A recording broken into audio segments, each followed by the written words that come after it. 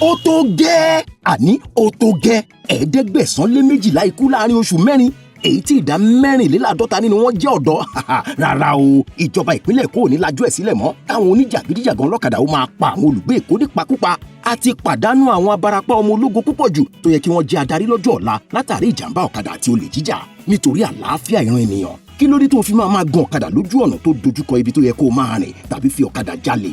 Kò sáàyè fún àwọn ìwà pálapàla báyìí mọ́ o nítorí pé wọn kò sí ní ìbámu pẹ̀lú ìran ìlú Èkó ìgbàlódé tá a jìjọ ń ṣiṣẹ́ kárakára láti múṣẹ. Torí náà láti ọjọ́ kìíní oṣù kẹfà ọdún yìí ìjọba ìpínlẹ̀ Èkó yóò gbégi lé fífi ọ̀kadà ṣiṣẹ́ pawó ní àwọn òpópónà márosẹ̀ àti afárá tó wà ní Eti-Osa, Surulere, Ikeja, Lagos Island, Lagos Mainland àti Apapa pátápátá. Ìgbégilé pátápátá yìí yóò tilẹ̀ fẹsẹ̀ múlẹ̀ títí dé gbogbo àwọn ẹkùn ìdàgbàsókè tó wà lábẹ́ àwọn ìjọba ìbílẹ̀ tá a dárúkọ wọ̀nyí.